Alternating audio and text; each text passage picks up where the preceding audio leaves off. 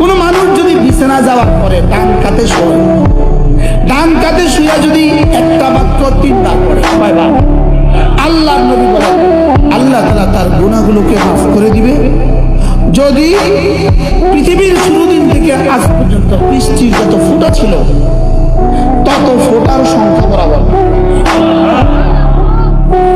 পৃথিবীতে যত গাছ আছে তত গাছের পাতা বরাবর। কি শুনতে হলো?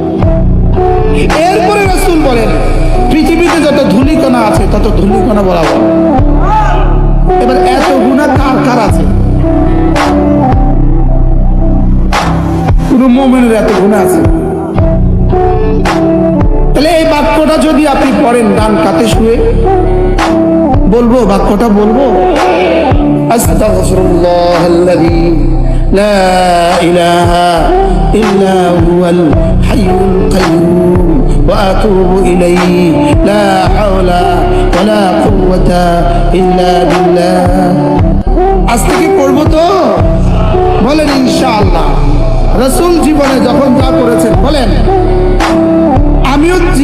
আমিও আমার জীবনে তখন তা করব। বলেন ইনশাআল্লাহ।